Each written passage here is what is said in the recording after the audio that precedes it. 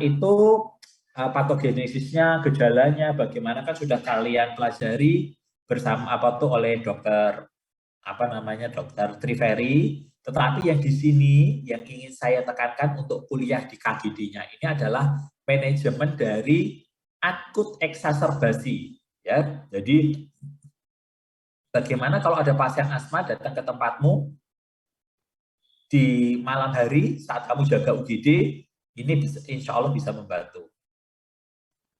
Sudah kelihatan slide saya, Nyonya Sewu? Sudah, dokter. Jadi kamu tahu, kalian sudah mempelajari terkait asma. Asma adalah penyakit kronik yang ditandai dengan hiperreaktivitas di saluran nafas. Ya. Sedangkan yang disebut dengan asma eksaserbasi itu kalian perhatikan adalah suatu episode ya yang ditandai dengan kenaikan yang progresif dari gejala-gejala asma, misalnya sesak nafas, batuk, wheezing, dada terasa berat, ya, yang pada akhirnya menyebabkan penurunan fungsi paru. Akibat dari penurunan fungsi paru ini sehingga pasien membutuhkan perubahan terapi yang sudah pernah atau rutin pasien lakukan. Ya, jadi intinya adalah pada pasien asma yang terjadi pemberatan gejala dan membutuhkan perubahan terapi. Ini adalah yang disebut asma eksaserbasi. Asma eksaserbasi itu bisa ditemukan pada pasien yang dulu sudah pernah terdiagnosa asma dan sekarang datang lagi dengan serangan baru, atau malah pasien yang baru pertama kali datang ke tempatmu dengan keluhan asma. Ini biasanya kalau datang pertama kali dengan keluhan asma, tentu saja kasusnya pada kasus anak-anak. Ya, itulah kenapa ketika kita anamnesis pasien asma itu jangan lupa untuk menanyakan apakah dulu saat kecil pernah muncul. Kenapa? Karena asma pada anak itu lebih sering muncul daripada asma pada dewasa. Asma pada anak 80% itu akan sembuh sendiri. Hanya 20% yang akan menetap dan menjadi asma pada dewasa. Nah, klasifikasi asma itu ada macam-macam. Dulu itu asma dibagi menjadi asma intermiten, persisten ringan, persisten sedang, persisten berat, dengan macam-macam bedanya ini ya. Kalau intermiten itu gejalanya kurang dari 1 minggu. Kalau persisten itu lebih dari 1 minggu, lebih dari 1 kali seminggu, tetapi kurang dari 1 kali sehari. Sedangkan persisten sedang setiap hari, persisten berat setiap hari. Nah, tetapi ini orang-orang atau dokter-dokter bingung. Ya Allah, ngapal kene kok angel nemen, intermiten, persisten ringan, persisten sedang, persisten berat.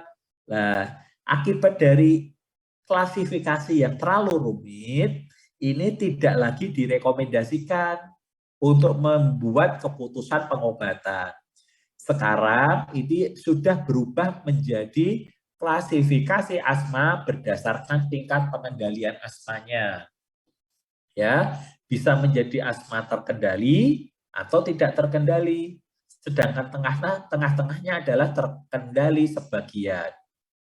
Nah, caranya bedakan bagaimana? Ya, intinya asma dikatakan tidak terkendali apabila dia memiliki gejala asma ya 3 atau lebih, yaitu gejala siang hari, tidak bisa aktivitas, gejala malam hari, perlu reliever itu penghilang sesak, ya, muncul setiap minggu. Nah, jadi kalau pasiennya setiap minggu datang dengan keluhan asma, ini disebut dengan tidak terkendali. Nah, sedangkan terkendali apabila dia gejala siang harinya itu tidak ada pembatasan aktivitas fisik, tidak ada gejala malam hari, kalaupun perlu obat asma reliever itu juga tidak ada. Nah, ini artinya terkendali. Terkendali itu artinya adalah tidak ada gejala, artinya pasiennya aman-aman saja. Nah, di antara terkendali dan tidak terkendali, ini disebut dengan terkendali sebagian. Apa itu terkendali sebagian? Nah, ini apabila gejala di siang harinya lebih 2 kali per minggu. Jadi, pasien mengalami gejala kekambuhan asma 2 kali per minggu. Nah, pembatasan aktivitas fisik ada, misalnya akibat dari asmanya ini pasien menjadi tidak bisa sekolah, atau mungkin gejala malam hari. Jadi asma itu juga bisa muncul gejala pada malam hari, dia terbangun karena keluhan asmanya ini. Kemudian pasien membutuhkan terapi pelega asma atau reliever asmanya lebih dari 2 kali seminggu. Nah, ini yang disebut dengan terkendali sebagian. Nah, ya, sedangkan dari pembagian ini menjadi lebih mudah. Jadi kalian tanya aja, gejala siang hari, Pak, kalau siang sesek enggak? Bunyi ngik-ngik? Enggak. Kalau kerja gimana? Sesek enggak? Enggak. Malam hari pernah terbangun karena sesek? Enggak. Obat semprotnya itu dipakai enggak, Pak? Sering enggak? Enggak pernah pakai. Nah, berarti dia terkendali, aman. Nah, tetapi kalau salah satu ini ada yang dijawab ada, itu nanti diagnosanya menjadi terkendali sebagian. Nah, berubah menjadi tidak terkendali apabila ada 3 atau lebih gambaran dari asma terkendali atau terkontrol muncul setiap minggu. Pak, gejala siang apa tuh sering mengik-mengik siang hari? Yo, kalau misalnya lagi mengik-mengik bisa kerja enggak? Enggak. Malam hari sering terbangun karena sesek? Ya. Sering menggunakan obat semprot? Ya, saya rutin 3 kali seminggu. Nah, itu berarti nanti akan masuk sebagai tidak terkendali. Ya, ini penting karena nanti kita bagaimana menentukan obatnya. Ya, karena obatnya itu kapan kamu pakai short acting, kapan pakai long acting, kapan pakai glukokortikoid inhalasi, ini berdasarkan dari terkendali atau tidak terkendali. Tetapi ini kan pada asma yang stabil. Nah, yang akan kita bahas di sini adalah yang bagian bawah. Kalau dia eksaserbasi, apa yang akan kamu lakukan? Nah, ini bedanya antara asma yang terkontrol atau yang apa tuh status bagaimana tingkat pengendalian asmanya dan bagaimana kamu melihat eksaserbasinya. Dok, kok saya masih bingung apa pentingnya eksaserbasi gini. Kita samakan dengan diare. Diare itu lebih mudah ya. Kalau kamu ketemu pasien diare, kamu harus tahu pasiennya ini diarenya akut atau kronik. Nah, ini sama. Kalau asma, asmanya terkendali atau tidak. Diare akut atau kronik harus diikuti juga status dehidrasinya. Jadi nanti kamu bisa mendengarkan gastroenteritis akut dengan dehidrasi ringan, sedang, berat. Ya, sama dengan asma. Jadi nanti akan ada diagnosa asma tidak terkendali dengan eksaserbasi ringan, sedang, atau berat. Ya, jadi fokus di sini kita akan mempelajari terkait dengan eksaserbasi asma. Ketika kamu ketemu dengan pasien yang sedang sesek, alias pasien yang sedang serangan asma atau mengalami eksaserbasi, kamu harus bisa membagi pasiennya ini masuk dalam gejala ringan, sedang, berat, atau malah ancaman gagal nafas. Dok, bagaimana cara membedakannya? Lah kok rumit teman? Iya memang. Ya, dari gejala ringan, satu, sesak nafas tapi dia masih dapat berjalan. Kalau berbicara masih dapat membuat kalimat. Jadi kalau disesak, kalau lagi anamnesis, Bu, jenengan lagi sesak, nggih, saya sesak Pak selama 1 minggu ini, sesaknya kok terus-terusan. Nah, bisa kamu lihat dia bisa membuat kalimat. Tetapi akan beda lagi kalau dia asma sedang. Kalau asma sedang dia nggak bisa full satu kalimat. Yang akan muncul adalah, iya Pak, saya sesak, berhenti. Sesak sudah semingguan Pak, berhenti. Sesak banget Pak. Nah, jadi membuat frase beberapa kata menjadi satu. Tetapi kalau sesak apa tuh eksaserbasinya berat, dia hanya bisa membuat kata. Bu, namanya siapa? Karmini. Yang dikeluhkan apa? Sesak. 1 minggu. Nggak kuat. Sesak. Nah, itu artinya apa? Dia sudah nggak bisa membuat kalimat yang panjang karena dia sudah ngos-ngosan. Nah, sedangkan kalau dilihat dari kesadarannya, kalau ringan mungkin gelisah, sedang akan muncul kegelisahan, ya. Karena hipoksia, dia akan menyebabkan pasiennya menjadi gelisah. Laju pernafasan kalau ringan bisa meningkat, tapi kalau berat bisa lebih dari 30 menit. Nah, bisa kalian lihat juga bagaimana penggunaan otot bantu nafasnya. Kalau berat tentu saja ada penggunaan otot bantu nafas, sedangkan yang ringan tidak ada. Nah, terus bisa juga kita lihat wheezingnya. Wheezingnya kalau gejala ringan itu biasanya keras saat ekspirasi. Nah, kalau sedang itu keras, tapi kalau berat sangat keras. Sangat keras artinya apa? Kamu nggak usah pakai stetoskop aja sudah mendengar kalau pasiennya ngik, ngik, ngik. Dari jauh, kamu dari nurse station, pasiennya ada di pojokan ruangan, kamu sudah mendengar kalau pasiennya ada bunyi ngik, ngik, ngik, itu adalah gejala berat. Nah, yang harus dihati-hati, kalau pasiennya ada riwayat sakit asma, tetapi malah tidak ada wheezing, kesadarannya mengantuk, jangan-jangan dia malah ancaman gagal nafas. Maksudnya bagaimana ancaman gagal nafas? Otot nafasnya itu sudah capek.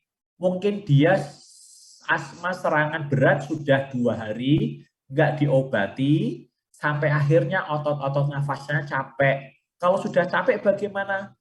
Ya wes, malah nggak muncul wheezingnya. Kesadarannya mengantuk. Sebentar, saya ada konsulan dari UGD lagi.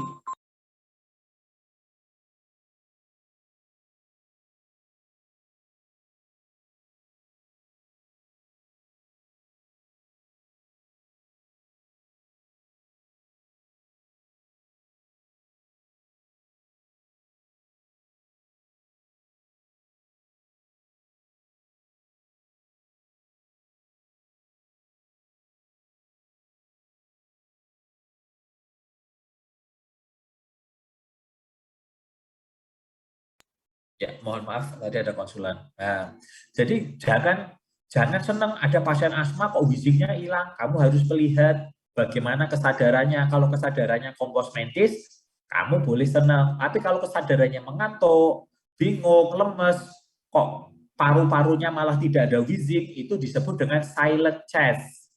Nah, jangan-jangan itu adalah ancaman gagal nafas. Nah, bisa kamu lihat juga nadinya. Kalau ancaman gagal nafas itu malah bradikardi, sedangkan asma ringan sedang berat cenderung takikardi. Arus puncak ekspirasinya juga bisa kita lihat, kalau berat itu kurang dari 60, kalau ringan lebih dari 80. Nah, kemudian bisa kamu lihat PaCO2-nya. Asma itu yang terperangkap adalah CO2-nya.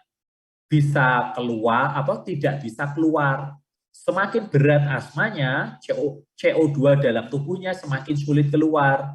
Akibatnya bagaimana? Ya udah, pada pasien asma, CO2-nya akan semakin naik lebih dari 45 mm air raksa.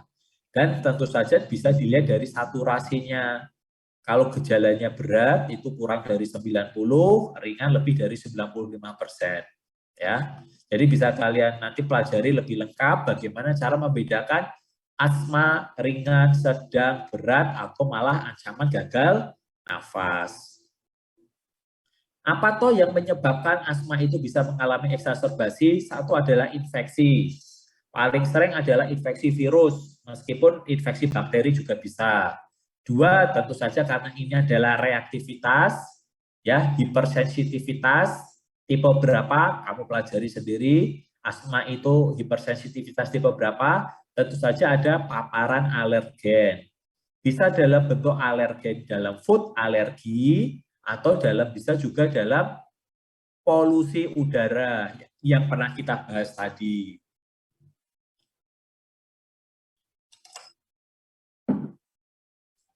Berikutnya adalah perubahan musim.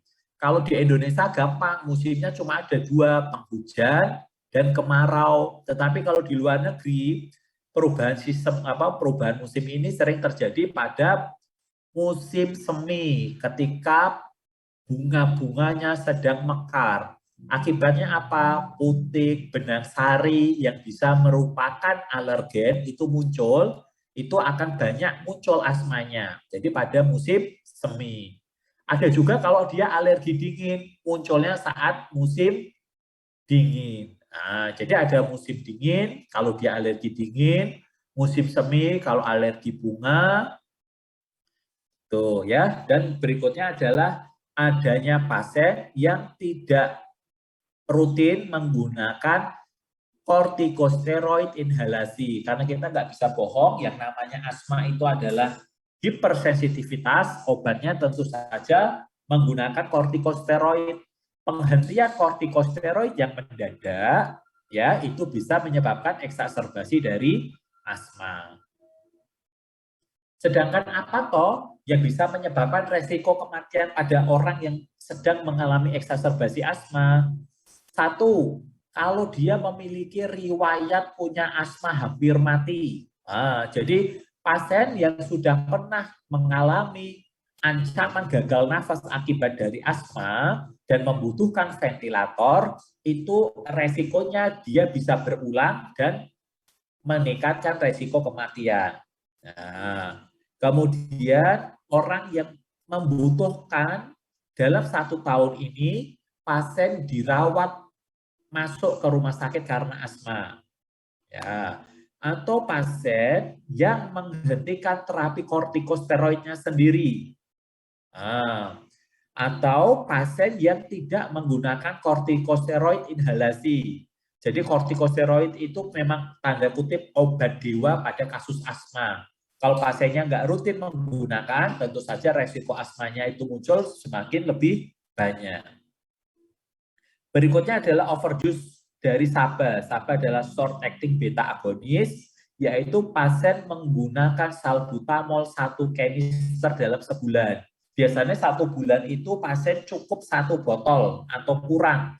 Nah, tetapi kalau lebih dari 1 botol artinya pasien lebih sering menggunakan obatnya.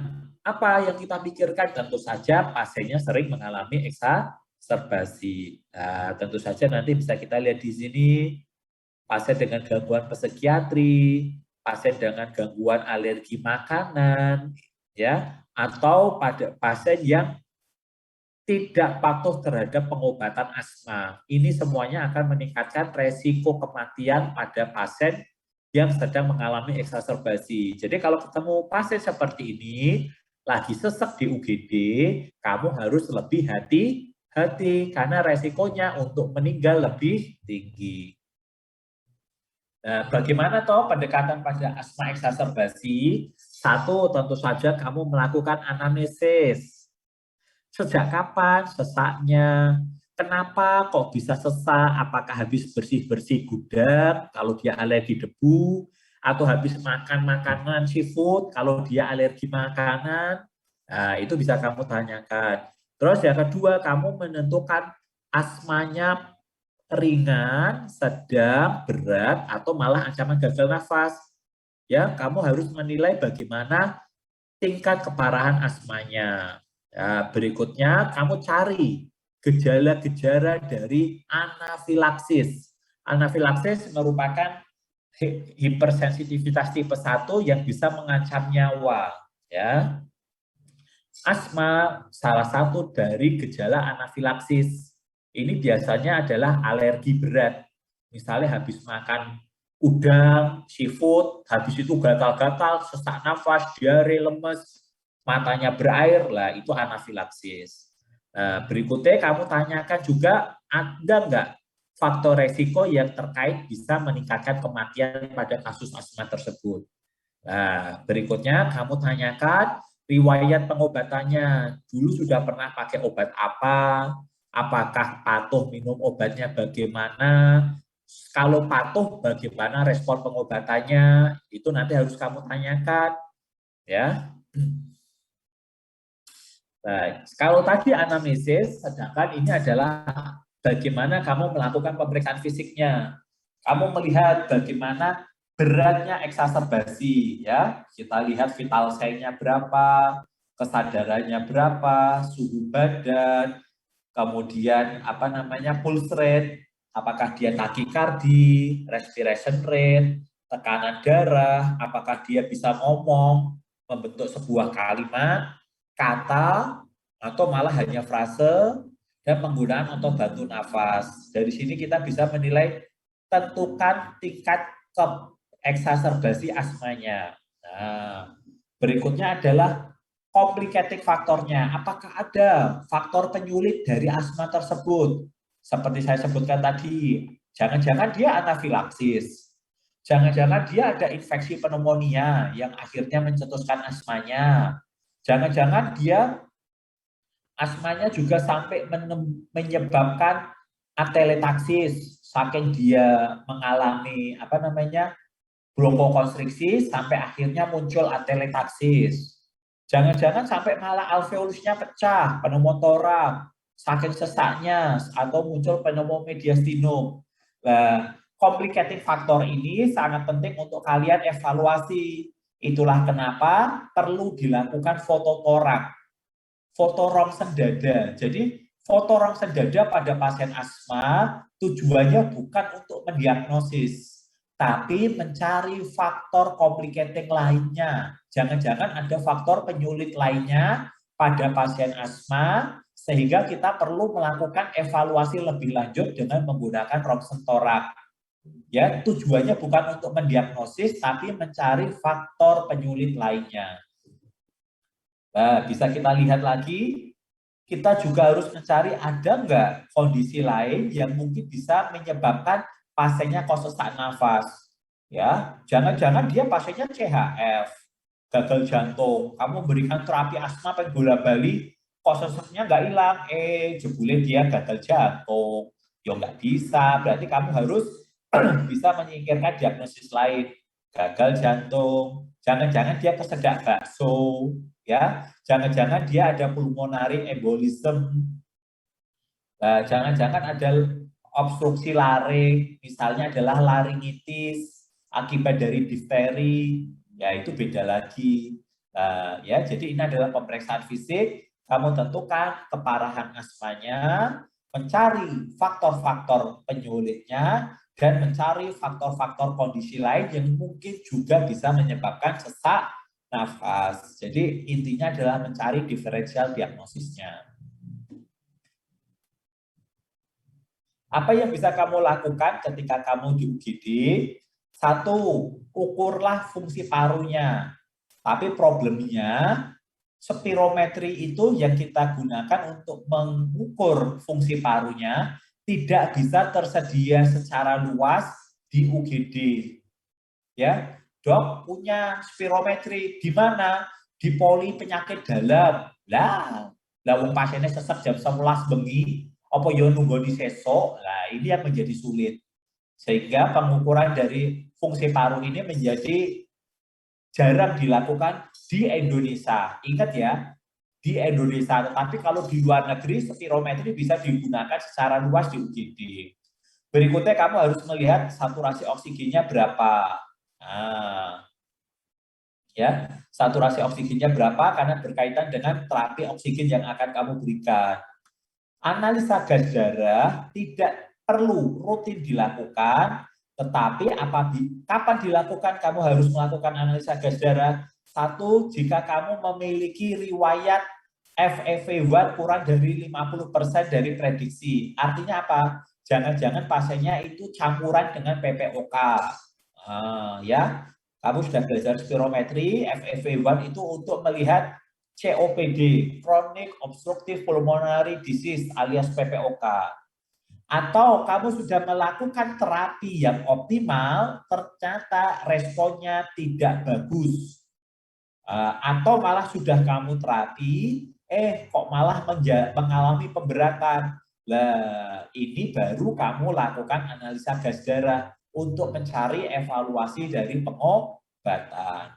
Bisa lihat, fototorak tidak rutin dilakukan, kecuali jika satu, kamu mencurigai adanya faktor penyulit. Dua, kalau kamu mencurigai jangan-jangan ini ada penyebab lain dari sistem kardiopulmonerinya, jangan-jangan CHF. Jangan-jangan ada pneumonia, baru kamu harus melakukan pemeriksaan fototorak. Jadi fototorak tidak dilakukan rutin untuk asma, kecuali kalau ada faktor penyulit dan penyakit diagnosis alternatif lainnya, seperti yang saya sebutkan di dalam slide sebelumnya ini. Nah, apa yang bisa kamu lakukan di UGD? Satu, kamu harus bisa melakukan dengan cepat terapi berikutnya ini. Satu, berikan oksigen. Dok, oksigen itu diberikan kapan? Kalau saturasinya kurang dari 92. Dua, berikan inhaler atau nebulisasi atau terapi aerosol dengan menggunakan short acting beta 2 agonis. Nah, ya, inhalasi short acting beta 2 agonis. Apa contohnya? Salbutamol. Kalau kamu curiga ini adalah alergi berat alias anafilaksis, wajib diberikan epinefrin. Karena drug of choice pada kasus anafilaksis adalah epinefrin alias adrenalin. Wajib ya, kalau kalian curiga anafilaksis. Berarti apa? Jangan-jangan pasiennya habis makan udang, ternyata dia alergi udang, habis itu gatal-gatal, sesak nafas. Nah, itu namanya gejala anafilaksis. Berikutnya bisa kita berikan sistemik atau inhalasi kortikosteroid. Bagaimana tekniknya? Ini nanti akan bisa kita bahas di slide berikutnya. Selain dari terapi utama yang bisa kamu lakukan ya secara cepat antara nomor 1 sampai 5, kamu juga bisa memberikan terapi lain. Terapi lainnya prinsipnya adalah tambahan ya. Bisa kamu berikan ipratropium bromida, aminofilin, magnesium, helium oksigen terapi, leukotrien reseptor antagonis, kombinasi antara kortikosteroid dan long acting beta agonis. Atau mungkin kalau kamu curiga pneumonia karena bakteri, kamu juga bisa memberikan antibiotik. Tapi terapi yang di slide nomor 6 ini, alias terapi lain ini, manfaatnya masih dipertanyakan untuk tata laksana asma eksaserbasi. Yang wajib kamu berikan adalah yang nomor 1 sampai 5 ini. Paham ya? Terapinya, ya, target oksigennya yang kamu berikan itu adalah sampai di atas 93%. Jadi kalau pasiennya sesek tapi saturasinya di atas 93%, ya nggak usah kamu kasih oksigen. Nah, jadi oksigen jangan semua pasien sesek kamu kasih oksigen ya. Oksigen hanya diberikan pada pasien dengan saturasi lebih dari kurang dari 92. Nah, oksigen ini bisa kamu berikan dalam bentuk nasal kanul, oksigen apa tuh masker oksigen, atau bisa menggunakan non-rebreathing mask. Berikutnya, kamu juga bisa menggunakan short acting beta agonis. Contohnya adalah salbutamol, ya. Secara inhalasi, biar caranya kamu berikan inhalasi setiap 20 menit atau sampai hilang itu wheezingnya. Ya, jadi 20 menit dilakukan nebul. Nebul sudah membaik, ya enggak masalah. Tapi kalau belum membaik, 20 menit lagi lakukan. Ulangi lagi, lakukan lagi. Bisa sampai 5 kali. Ada beberapa buku bilang nulisnya 3 sampai 5 kali diulang. Nah, berikutnya adalah adrenalin yang saya sebutkan tadi apabila kamu melihat jangan-jangan ada komponen anafilaksis. Apa yang akan kamu berikan? Yaitu adrenalin intramuskular 0,3 cc. Artinya apa? Sepertiga ampul. Berikutnya adalah kortikosteroid sistemik. Ya, bisa kamu berikan secara oral atau intravena. Dosisnya seberapa? Dosisnya adalah 50 mg prednisolon atau yang setara dengan 50 mg prednisolon. Dok, maksudnya setara bagaimana? Kortikosteroid kan ada macam-macam, ada dexamethasone, ada metilprednisolon, ada prednison, ada prednisolon. Lah, itu ada dosis setaranya. Bagaimana caranya? Kamu pelajari sendiri. Bagaimana penyamaan dosis kortikosteroid, ya? Yang dibutuhkan adalah dosis 50 mg prednisolon. Nah, berikutnya adalah inhalasi kortikosteroid atau ya bukan atau maksudnya high dose dengan dosis tinggi. Ya, bisa kita lihat ini adalah penggunaan nebul apa itu salbutamol, ya ini merek yang paling sering itu namanya Ventolin. Ini akan dilakukan inhalasi. Bisa dilakukan setiap 20 menit apabila sesaknya belum hilang, ya. Nah, ini adalah contoh-contoh inhalasi kortikosteroid, ya. Bisa kita lihat yang digunakan adalah dosis tinggi, ya. Dosis tinggi apa? Karena ada dosis rendah, dosis medium, dosis tinggi.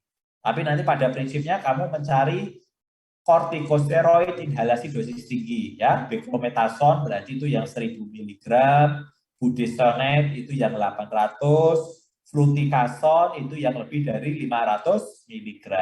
Ya, kalau yang triamcinolone lebih dari 2000 mg.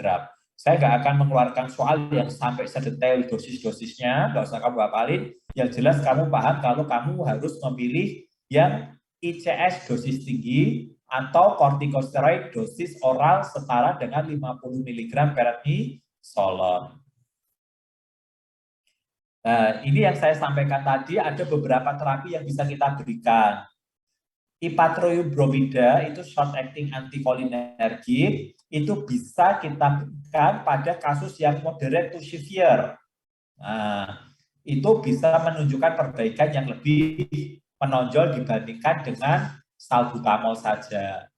Aminofilin tidak harus kamu perhatikan, tidak direkomendasikan pada asma eksaserbasi. Kenapa? Karena efikasinya rendah. Selain itu, keamanannya rendah. Tapi dok, kok di rumah sakit banyak aminofilin? Iya, soalnya paling murah tuh ya aminofilin. Ya di era BPJS ini ya rumah sakit boleh obat yang paling murah. Obat paling murah ya aminofilin. Padahal dalam guideline tata laksana asma, aminofilin ini sebaiknya tidak digunakan. Ya, magnesium itu juga tidak digunakan secara rutin. Kenapa kok tidak digunakan secara rutin? Karena magnesium biasanya hanya diberikan untuk eksaserbasi berat.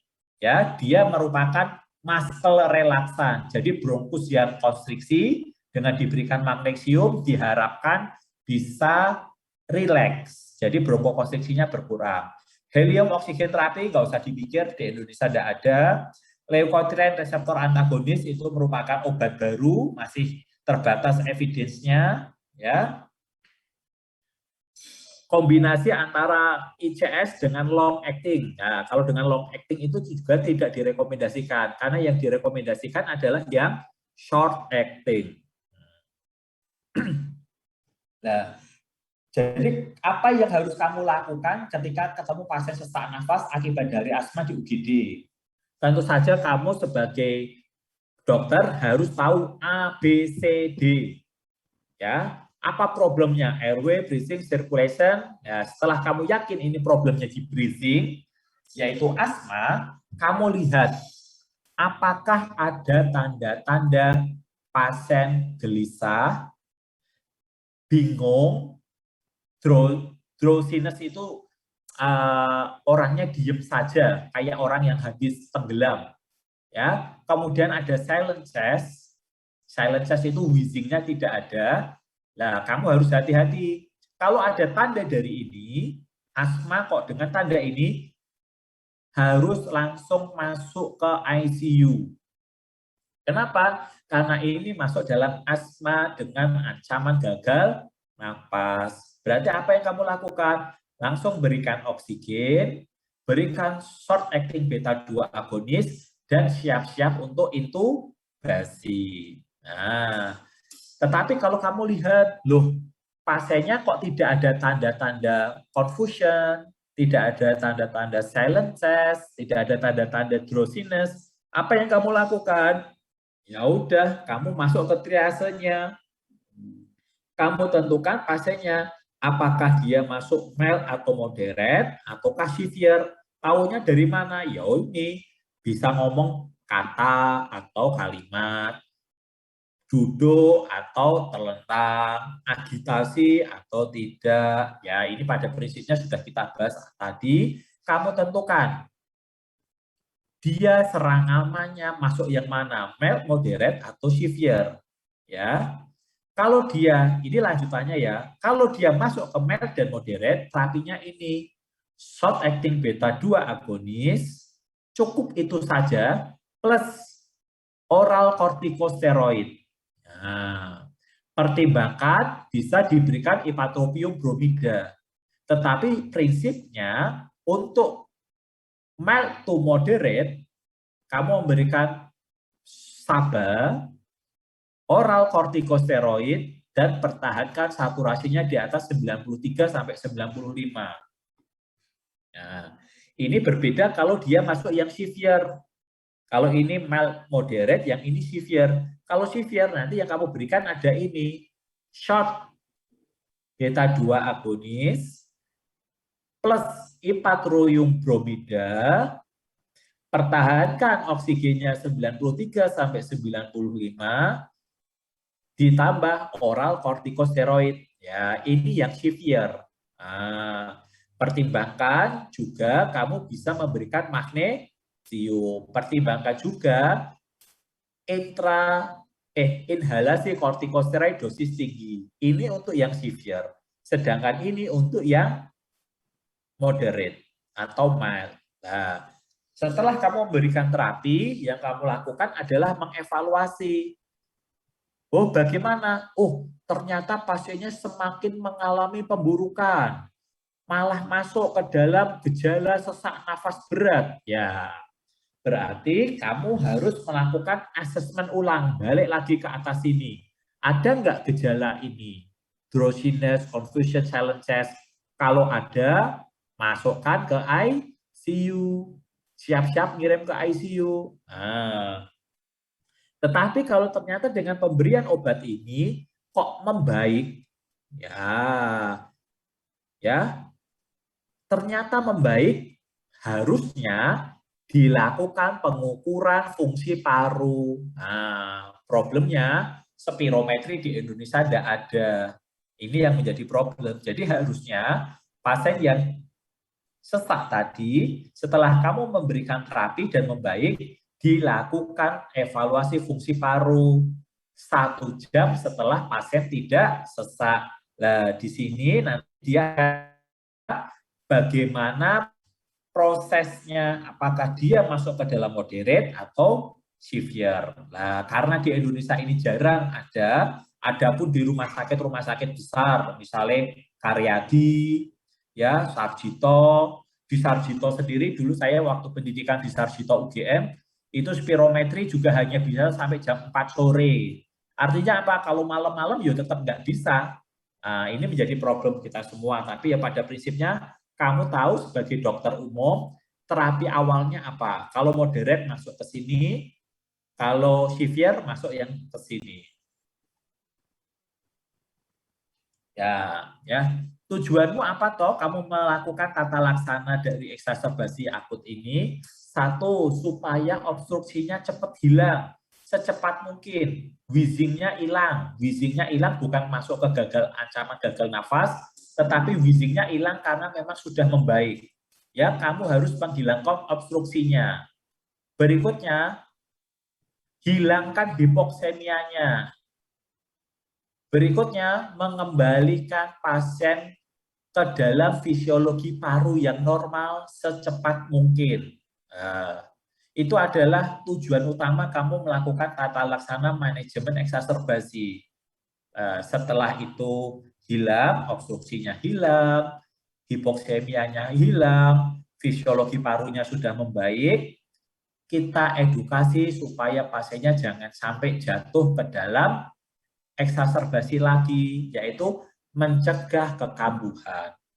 Nah, itu yang bisa saya sampaikan terkait dengan tata laksana asma. Mungkin ada yang mau ditanyakan terkait dengan kasus asma ini, ya. Kasus asma ini banyak banget kasusnya di dalam kehidupan sehari-hari. Di UGD itu zaman saya jadi dokter umum, tiap hari mesti ada aja yang sakit asma masuk rumah sakit. Harus hati-hati ya, jadi kamu paham bagaimana tata laksana awalnya. Silakan kalau ada yang bertanya.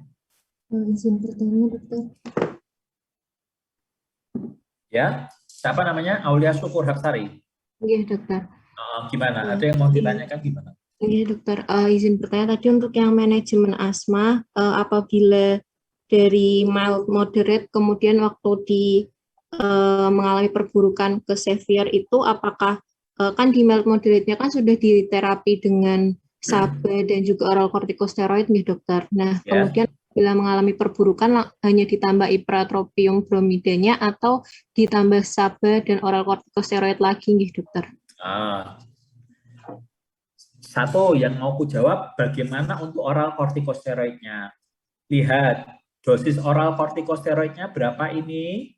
Yes, 50 mg prednisolon single morning dose. Berarti hanya single dose tok dalam satu hari. Dok, berarti kalau misalnya sudah dapat 50 mg prednisolon, apakah perlu dilakukan lagi? Yo tidak perlu. Untuk yang oralnya loh ya. Nah, oke. Menjawab pertanyaanmu untuk kortikosteroid ya, berarti kortikosteroidnya nggak usah diulang. Berikutnya dok, bagaimana untuk yang short beta 2 agonis dan ipatrobromida kalau ternyata dia mengalami pemburukan? Balik lagi di sini. Kita lihat SABA, short acting beta 2 agonis, bisa diulang setiap 20 menit. Atau sesuai yang dibutuhkan.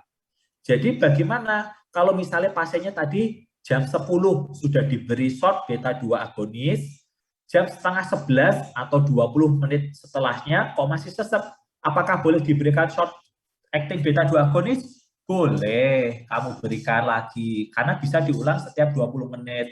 Berarti apa?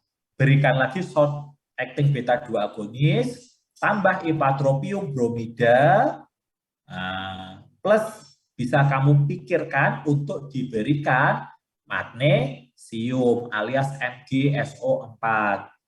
Dan bisa kamu pikirkan juga untuk memberikan nebul inhalasi kortikosteroid. Nah, yang tidak bisa diulang pada kasus ini hanya oral kortikosteroid dan magnesium. SABA bisa diulang, ipatropium bromida bisa diulang, high dose ICS bisa diulang, magnesium tidak diulang. Magnesium hanya 1 kali tok. Ya. Apakah menjawab pertanyaanmu? Iya, dokter. Sampun, dokter. Terima kasih banyak ya, dokter. Ya. Ada lagi yang mau ditanyakan untuk tata laksana asmanya? Oh ya, Dek.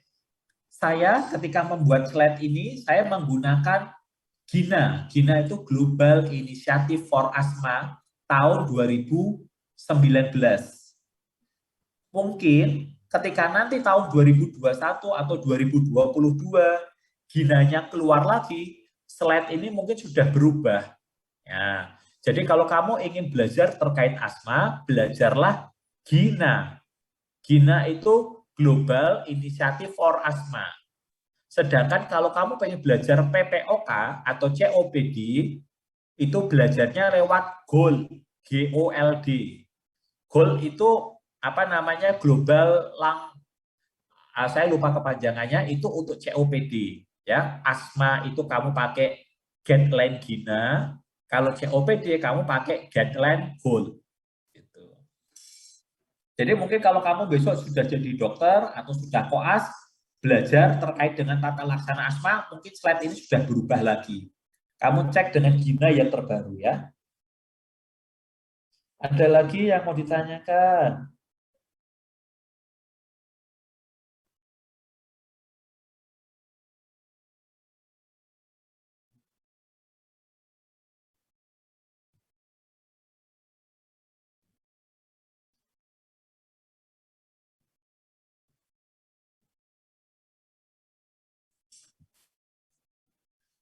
Ayo, ada lagi?